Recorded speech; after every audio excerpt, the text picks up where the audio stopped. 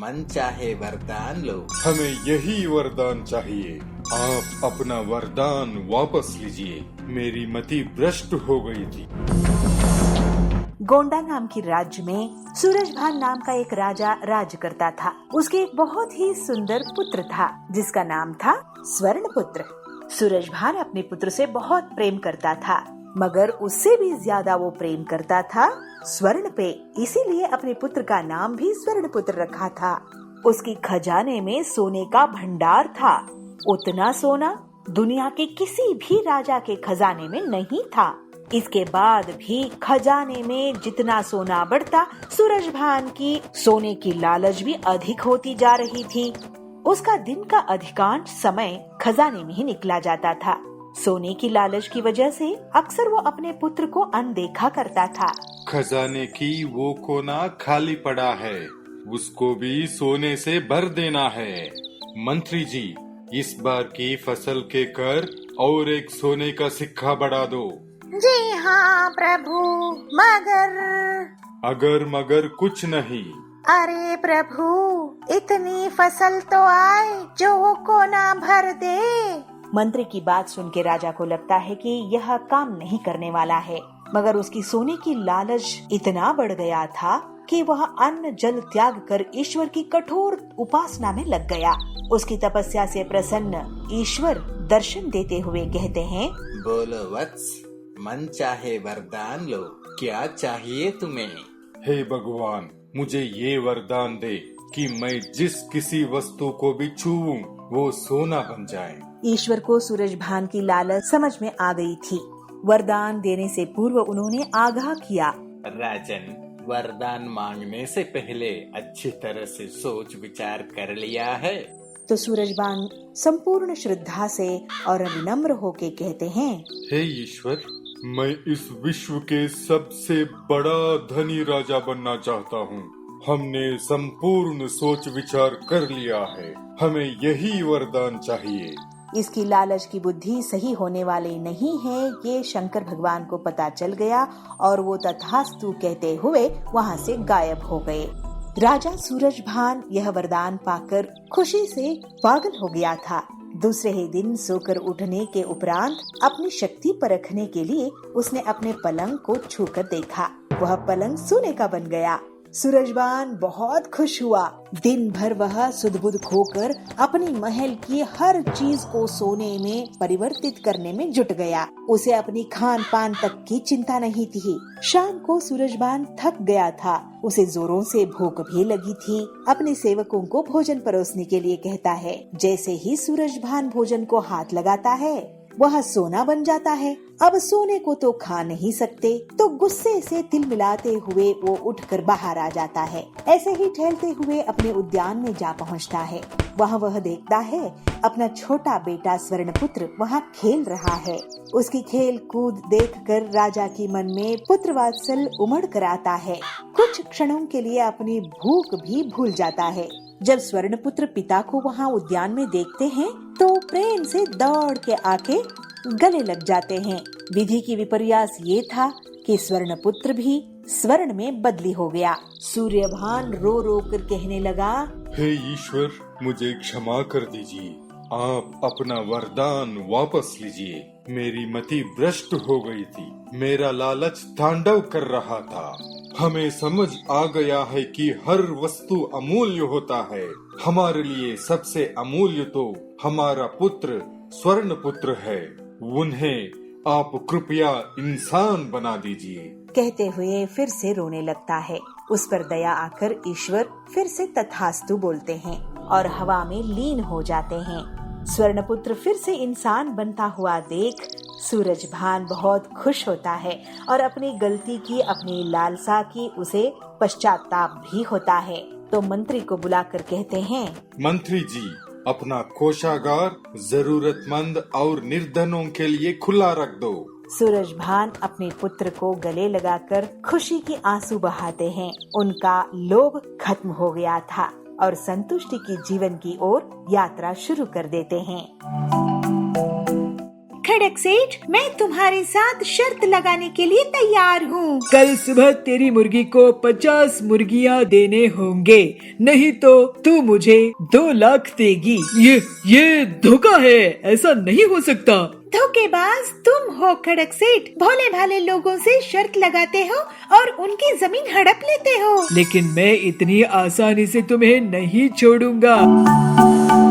बहुत साल पहले पीलू एक गांव में मुर्गियों का व्यापार करती थी, लेकिन पीलू के पास जो भी मुर्गी होती वो चुपचाप भाग जाती थी। लेकिन उसके पास एक मुर्गी थी जो बहुत सालों में घर के बाहर भी नहीं गई और उसे रोज एक अंडा देती थी। पीलू सोच में पड़ जाती कि वो एक अंडे का क्या करे, क्योंकि एक अंडा तो कोई नहीं खरीदेगा। पीलू सोचती है, अब मैं इस एक अंडे का क्या करूं? मेरे पास तो कोई मुर्गी टिकती ही नहीं है। पता नहीं मुर्गियों को मैं क्यों ना पसंद हूँ। एक ही मुर्गी है जिसको मैं लवली कहती हूँ, इसका एक अंडा कौन खरीदेगा? मैं ही खा जाती हूँ। वैसे भी एक अंडा बेचकर पैसे तो मिलने से रहे, कम से कम अपना पेट एक अंडे से तो भर ही लूंगी। ऐसे ही एक दिन पीलू अपनी मुर्गी के साथ जंगल घूमने के लिए निकली। अब बहुत दिनों से बाहर नहीं गए हैं, इस मुर्गी को घर में ही नहीं छोड़ सकती, क्या पता ये भी भाग जाए। तभी उसे एक बूढ़ी पक्षी बबली एक पेड़ के नीचे बेहोश मिलती है। अरे बूढ़ी आंटी, उठो उठो, क्या हुआ तुम्हें? कौन है? मुझे भूख लगी है, भूख लगी है मुझे। अरे आंटी जी, मेरे पास तो आपको खिलाने के लिए पैसे नहीं हैं। तभी लवली मुर्गी एक अंडा दे देती है। पीलू तुरंत ही उसे बबली को दे देती है। बबली उस अंडे को खा लेती है। बेटी, तुमने अपनी मुर्गी का अंडा खिलाकर मेरी भूख मिटाई है। तुम अब से गरीब नहीं रहोगी। ये मुर्गी तुम्हें एक सोने की अंडा देगी। उस अंडे को तुम पंखे में रख देना और घुमाना। जब अंडा घूम रहा होगा तब तुम उससे जो मांगोगी वो मिल जाएगा। फिर वो बूढ़ी बबली वहाँ से चली जाती है। पीलू घर आती है और फिर अगले दिन लवली मुर्गी सोने का अंडा देती है। पीलू उस अंडे को पंखे में रख देती है। सोने के अंडे, मुझे ढेर सारे पैसे दो। अरे ये क्या, इससे तो कोई पैसा नहीं आया। आंटी जी तो कह रही थी चलो सोने के अंडे, मुझे पैसे कमाने का रास्ता बताओ। उसी गांव में खड़क सेठ था। वो लोगों से शर्त लगाकर पैसे कमाता था। पीलू उसके पास जाती है। खड़क सेठ, मैं तुम्हारे साथ शर्त लगाने के लिए तैयार हूँ। तू मुझसे क्या शर्त लगाएगी पीलू? तू पिद्दी चिड़िया है, तेरे पास एक मुर्गी ही तो है, ले देकर चल। मैं तेरे साथ भी शर्त लगा लेता हूँ। कल सुबह तेरी मुर्गी को 50 मुर्गियाँ देने होंगे, नहीं तो तू मुझे 2 लाख देगी। ठीक है, लेकिन अगर मैं जीती तो तुम मुझे 5 लाख रुपए दोगे खड़क सेठ। जा एक मुर्गी से 50 मुर्गियाँ निकाल के दे मुझे। फिर पीलू शर्त लगाकर चली जाती है और सोने के अंडे को पंखे में रखकर उसे 50 मुर्गियाँ मांगती है। सोने का अंडा उसे 50 मुर्गियाँ दे देता है। अगले दिन खड़क सेठ ये देखता है तो उसका सिर चकरा जाता है। ये धोखा है, ऐसा नहीं हो सकता। धोखेबाज तुम हो खड़क सेठ, भोले भाले लोगों से शर्त लगाते हो और उनकी जमीन हड़प लेते हो। अरे तुम शर्त जीती, मैं हार गया। ये लो 5 लाख रुपए, लेकिन मैं इतनी आसानी से तुम्हें नहीं छोड़ूंगा। चलो मैं एक और शर्त लगाता हूँ। कल सुबह 500 ऑमलेट चाहिए मुझे, नहीं तो तुम मुझे 10 लाख दोगी या मैं तुम्हें 10 लाख दूंगा। मंजूर, लेकिन कल वो सारी चिड़िया रहेंगी जिनकी जमीन तुमने ले रखी है। अगर तुम कल हारे तो तुम उन सब की जमीन के कागजात वापस कर दोगे। जाओ पहले 500 ऑमलेट लेकर आओ। फिर पीलू अगले दिन सोने के अंडे से 500 ऑमलेट की इच्छा रखती है और उसमें से 500 ऑमलेट निकल आते हैं। अगले दिन पीलू सभी अन्य पक्षियों के साथ अपने घोंसले में खड़क का इंतजार कर रही थी। क्यों पीलू, शर्त हारने के लिए तैयार हो ना? 10 लाख है कि नहीं तुम्हारे पास? अगर हार गई तो ये सारी चिड़िया तुम्हें पीटेंगी, क्योंकि तुम्हारे कारण इनकी जमीन हमेशा के लिए मेरी हो जाएगी। लेकिन ऐसी शर्त तो मैंने नहीं रखी। तुम वाकई बहुत बड़े धोखेबाज हो, लेकिन मुझे फिक्र नहीं, तुम शर्त हारने वाले हो। ये देखो, ऑमलेट गिन लो, पूरे 500 है। अरे अरे नहीं नहीं, मेरा सिर चकरा रहा है, इतने सारे ऑमलेट। वो भागने लगता है, लेकिन सारे पक्षी उसको पकड़कर पीटने लगते हैं और अपनी जमीन के पैसे ले लेते हैं और पीलू को 10 लाख रुपए मिल जाते हैं। इस तरह से पीलू सबकी मदद करके खुशी खुशी रहने लगती है। पूरे गांव में बबलू के बाइक ट्रैक्टर को लोग आश्चर्य से देख रहे थे और बबलू खेती करने लगता है। पीलू उस खेत में बीज बोने लगती है। बिलासपुर गांव के जंगल में पीलू और बबलू रहते थे। उनके बीच बहुत अच्छी समझदारी थी। दोनों हर सुख दुख में एक दूसरे का साथ देते थे। एक दिन पीलू अपने पति से कहती है, सुनिए जी, आज मंदिर चलते हैं। आपको वैसे भी टाइम नहीं मिलता है, आज मिला है तो हम मंदिर में दर्शन करके आएंगे। फिर मैं आपके लिए बढ़िया सी कॉफी बना दूंगी।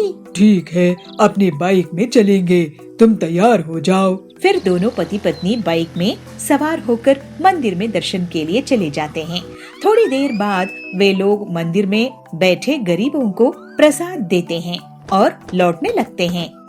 सड़क में उनको एक ट्रक पीछे से टक्कर मार देता है और दोनों सड़क के किनारे गिर जाते हैं। उनकी गाड़ी टूट जाती है। आप ठीक तो है ना? पीलू बबलू से पूछती है। हाँ पीलू, मैं ठीक हूँ, तुम ठीक हो ना? ये तो गनीमत है कि हमारी जान बच गई। बबलू की बाइक को वहाँ खड़े लोग ट्रक के नीचे से निकालते हैं। बाइक पूरी तरह से टूट गई थी।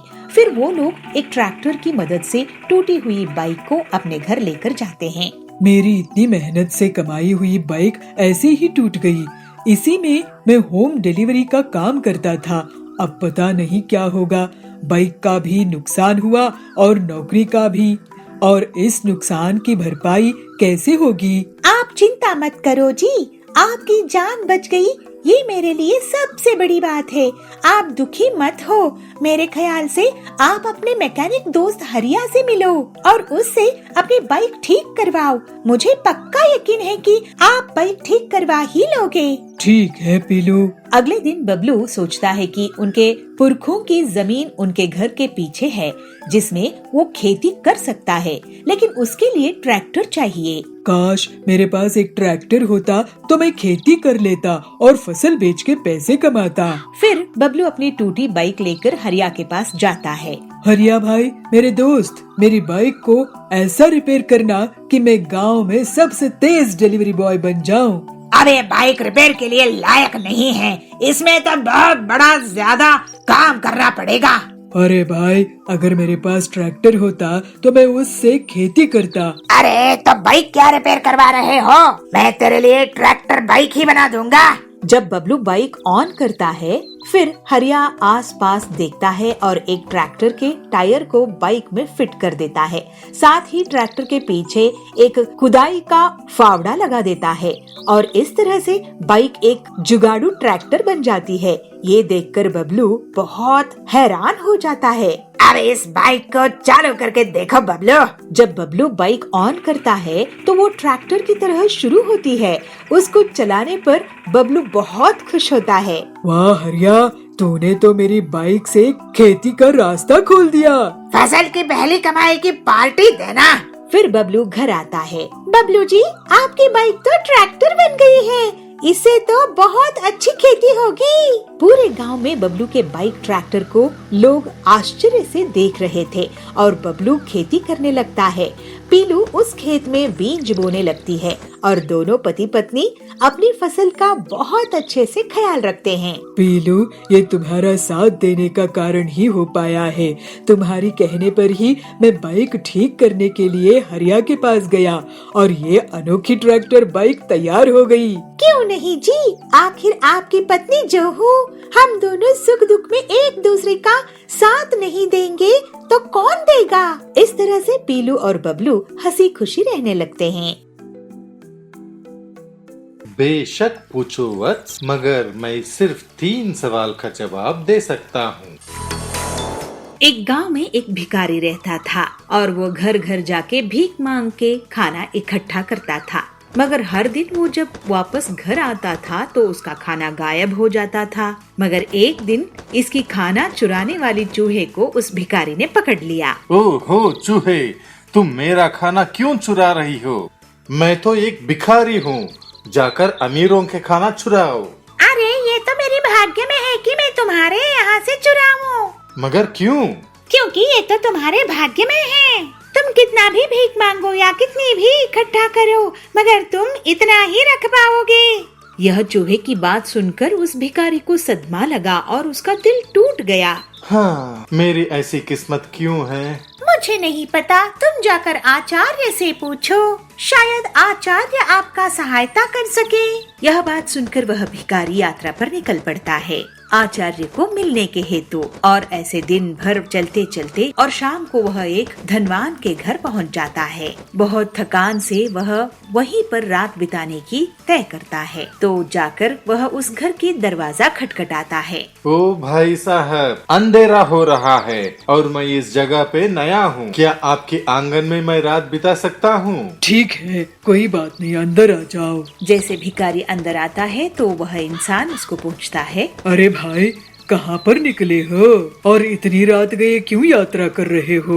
ओह, मैं आचार्य जयसूर्या से मिलने चला हूँ, मुझे उनसे एक सवाल पूछना है। भिखारी की बात सुनते हुए वहाँ पे आई हुई उस धनवान की पत्नी पूछती है, क्या हम आचार्य से पूछने के लिए एक सवाल तुम्हें दे सकते हैं? ओह, क्यों नहीं, बताइए मेम साहब, आपकी तरफ से मैं यह प्रश्न भी पूछ लूँगा। हमारी एक बेटी है जो बोल नहीं सकती, हम ऐसा क्या करें कि वो बोल सके? अगले दिन उठकर वह भिखारी उन्हें धन्यवाद कहता है और यह कहता है कि आचार्य से उनकी सवाल का हल जरूर पूछेगा और अपनी यात्रा जारी रखता है। और उसको सामने पहाड़ नजर आते हैं और वह चिंता करते हुए यह कहता है, हे भगवान, मैं इन पहाड़ों को कैसे पार करूं? तभी उसके सामने एक जादूगर दिखता है। भाई साहब, क्या इस पहाड़ को पार करने में आप मेरी मदद कर सकते हैं? क्यों नहीं, मेरी छड़ी पर चढ़ जाओ। उसकी बात सुन के भिखारी उसकी छड़ी पर चढ़ जाता है और वह जादूगर अपनी छड़ी पे बिठाकर उस भिखारी को पूरी पहाड़ पार कराता है। उसके बाद उस जादूगर ने, अरे भाई, तुम कहाँ जा रहे हो? मैं आचार्य जयसूर्या से मिलके अपने भाग्य के बारे में पूछना चाहता हूँ। अच्छा,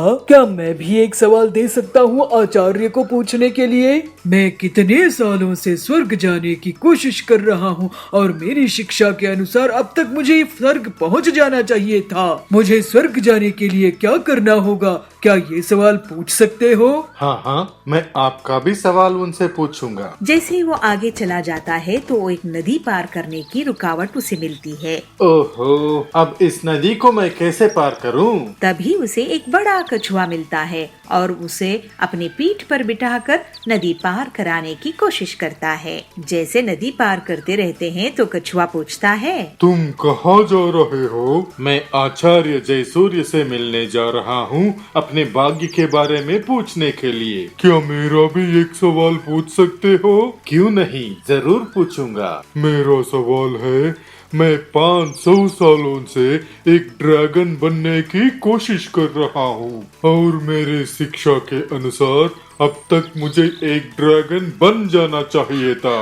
धन्यवाद प्यारे कछुए, मुझे नदी पार कराने के लिए। भिखारी कछुए को धन्यवाद कहते हुए और आगे बढ़ता है। आखिरकार वह भिखारी आचार्य जयसूर्या के कुटीर पहुंच जाता है। हाँ, पहुंच गया मैं। अब तो मैं आचार्य जी से मिलकर ही रहूंगा। सबके सवालों को अपने जहन में सोचते हुए वह भिखारी अंदर पहुंचता है और आचार्य को सादर प्रणाम करता है। आचार्य, आप कृपया मेरा नमस्कार स्वीकार करें। मैं बहुत दूर से आया हूँ आपसे कई सवाल पूछने के लिए। क्या मैं पूछ सकता हूँ? बेशक पूछो वत्स, मगर मैं सिर्फ 3 सवाल का जवाब दे सकता हूँ। यह सुन के भिखारी हैरान रह गया क्योंकि उसके पास 4 सवाल थे। पर मेरे पास तो 4 सवाल है, मैं क्या करूँ? यह सोचते हुए बहुत आलोचना करता है। पहले वो कछुए के बारे में सोचता है जो 500 साल से ड्रैगन बनने की कोशिश में नदी में रह रहा है। बेचारा कछुआ गहरी नदी में कैसे जी पाएगा? फिर वो जादूगर के बारे में सोचता है जो हजारों सालों से स्वर्ग जाने की कोशिश कर रहा है। ओहो, 1000 साल तो बहुत लंबे होते हैं, उसे तो स्वर्ग जाना चाहिए। उसके बाद वह लड़की के बारे में सोचता है जो पूरी जिंदगी बिना कुछ बोले जी रही है। हाँ, पूरी जिंदगी बिना कुछ बोले जीना ये तो असंभव है। फिर वो अपने बारे में सोचता है। मैं तो एक भिखारी हूँ, मैं जहाँ भी भीख मांग सकता हूँ। मेरे लिए कुछ नहीं बदलेगा, मगर उन लोगों के लिए बहुत कुछ बदल सकता है। यह सोचते सोचते उसको अपनी समस्या दूसरों से छोटी लगने लगी और इसलिए उसने उन तीनों की सवाल पूछने की फैसला किया। कछुआ ड्रैगन बनने के लिए अपनी ढांचे से बाहर आना होगा। उसने मोह त्याग दिया तो वो जरूर ड्रैगन बनेगा। भिखारी की पहले प्रश्न को तो उत्तर मिल गया। दूसरी प्रश्न भिखारी पूछता है जादूगर के बारे में, तो आचार्य ऐसे उत्तर देते हैं। जादूगर को छड़ी की मोह छोड़ना पड़ेगा। छड़ी के ऊपर उसका मोह ही उसे स्वर्ग जाने से रोक रहा है। जादूगर का भी हल मिलने के बाद वह लड़की के बारे में प्रश्न पूछता है। तो बिना बोलने वाले लड़की का क्या? लड़की जरूर बोल पाएगी जब वो अपने हमसफर से मिलेगी। धन्यवाद आचार्य जी। आचार्य जयसूर्या उसको आशीर्वाद देते हैं और मुस्कुरा के उसे विदा कर देते हैं। वह भिखारी आचार्य को प्रणाम करके अपने घर के ओर निकल पड़ता है। नदी के पास वह कछुआ भिखारी को फिर से मिला। क्या तुमने मेरे सवाल का जवाब पूछा? हाँ, बस तुम अपने ढांचा निकाल दो और ड्रैगन बन जाओगे। कछुआ अपने ढांचा निकाल देता है। उस ढांचे के अंदर बहुत सारे कीमती मोतियां थी और ड्रैगन कहता है, इन्हें तुम रख लो, मेरी तरफ से तुम्हें धन्यवाद। भिखारी को सारी मोती देते हुए कछुआ ड्रैगन बन के उड़ जाता है। जैसे ही पहाड़ तक पहुंचता है भिखारी, तो वो जादूगर फिर से उसे मिलता है। अरे जादूगर, आप अपने छड़ी नीचे रख दो, स्वर्ग की दरवाजे आपके लिए खुले हैं। सच में? ऐसे जादूगर छड़ी भिखारी को दे देता है और स्वर्ग की तरफ चल पड़ता है। अब भिखारी के पास कछुए के दिए हुए मोतियां हैं और जादूगर की छड़ी। वह भिखारी वापस उस परिवार के पास पहुंचता है जिसने रात को सहारा दिया था। वह परिवार भिखारी को देखकर खुश हुए और अपनी सवाल की जवाब सुनने के लिए कातुर थे। आचार्य जी ने कहा है कि जब आपकी बेटी अपने हमसफर से मिलेगी तब बोल पाएगी। तभी उस परिवार की बेटी नीचे आई और बोली, क्या ये वही आदमी है जो पिछले हफ्ते भी यहाँ आया था? उस लड़की की माता पिता हैरान हो गए और वो भिखारी की तरफ देखते हैं और तय करते हैं कि यही इस लड़की की हमसफर है। माता पिता ने इन दोनों की शादी तय कर दी और वो हमेशा खुश रहे। महल के सारे लोगों को बात करते हुए सुनकर राजकुमारी भी वह संत से मिलने की इच्छा प्रकट करती है। यह संत की भेष में ठगता यह साधु कपटी है। जैसे ही मन में ये विचार आया, राजकुमारी वहाँ से भाग निकली। मुझसे बचकर कहाँ जाओगी? देखो तुम्हारा हश्र मैं क्या करता हूँ। साधु ने अपने हाथ में जो त्रिशूल था उसको जोर से राजकुमारी की ओर फेंक देता है। सुंदरपुर नाम का एक राज्य था। उस राज्य में एक दिन एक मुसाफिर आता है जो साधु जैसे पहनावा पहना था। वह शहर के बाहर एक बरगद के पेड़ के नीचे ध्यान के लिए बैठ जाता है। कई दिनों तक वह साधु वहाँ पे बिना कुछ खाए पिए ध्यानस्थ होकर बैठा था। उस राज्य के लोगों को यह लगने लगा कि यह बाबा सच में कोई महान संत है, तो सारे उनके दर्शन के लिए आने लगे। जब यह खबर सुंदरपुर की राजा तक पहुँचती है तो वो खुद भी बाबा के दर्शन के लिए आ जाता है। जैसे जैसे समय बीतता गया तो राजा का वह संत पर विश्वास भी बढ़ने लगा।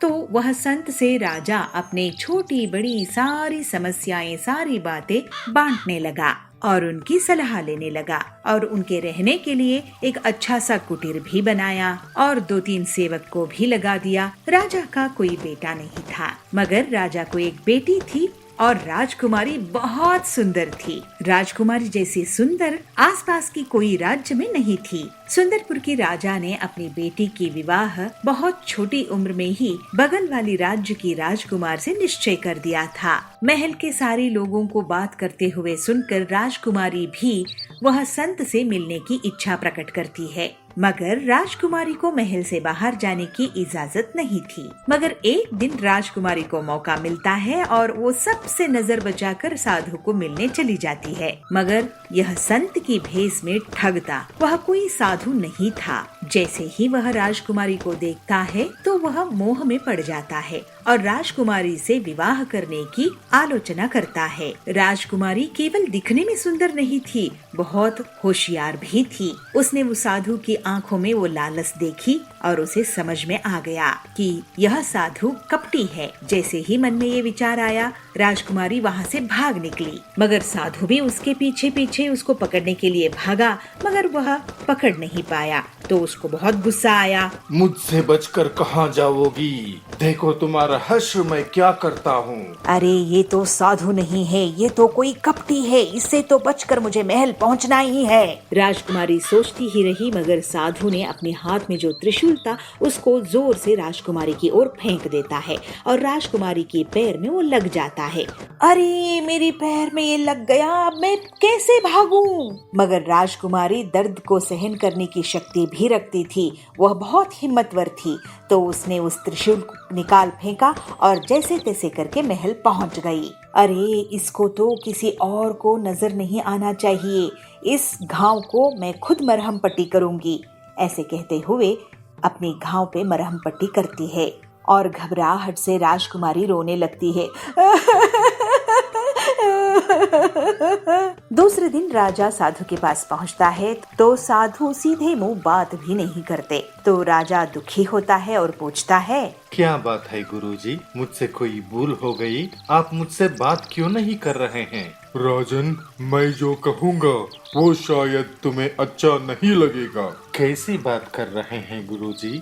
कहिए, क्या बात है? तो फिर सुनो राजन, इस राज्य में एक बुरी आत्मा है, अगर उसका अंत नहीं किया गया तो वो सबको खत्म कर देगी। यह सुनकर राजा के मन में घबराहट पैदा हुई और वह कहा, बुरी आत्मा? कौन है वो? उसे कैसे पकड़ा जाए? यह आत्मा आपकी महल में एक सुंदर लड़की का रूप लेकर रह रही है। कल रात को ये आत्मा हमसे मिलने हमारे कुटीर पर आई थी, लेकिन जैसे ही हमने अपने त्रिशूल उसकी तरफ फेंका तो उसने अपनी असली रूप में आ गई। उसने एक भयानक रूप धारण कर लिया। अगर मैं साधु नहीं होता तो वो मुझे भी खत्म कर लेती। मगर गुरुजी, ये तो बताइए कि मैं उसे पहचानूंगा कैसे? ऐसे कहते हुए राजा अपनी चिंता प्रकट करता है। तब ये कपटी सन्यासी कहता है, उसे ढूंढो, उसके पैर पे त्रिशूल का घाव है, अपनी राज्य में डंका बजा दो, मिलते ही उसे कैद कर लो, फिर मैं बताऊंगा आगे क्या करना है। यह सुनकर चिंतित राजा अपनी महल की ओर दौड़ता है और महल की कर्मचारी को बुला के कहता है कि जिसकी पैर पे त्रिशूल की निशान है उस लड़की को ढूंढने के लिए। उसके महल के नौकर और सैनिक पूरे राज्य में ढूंढते हैं, मगर उनको ऐसी कोई लड़की नहीं मिलती है।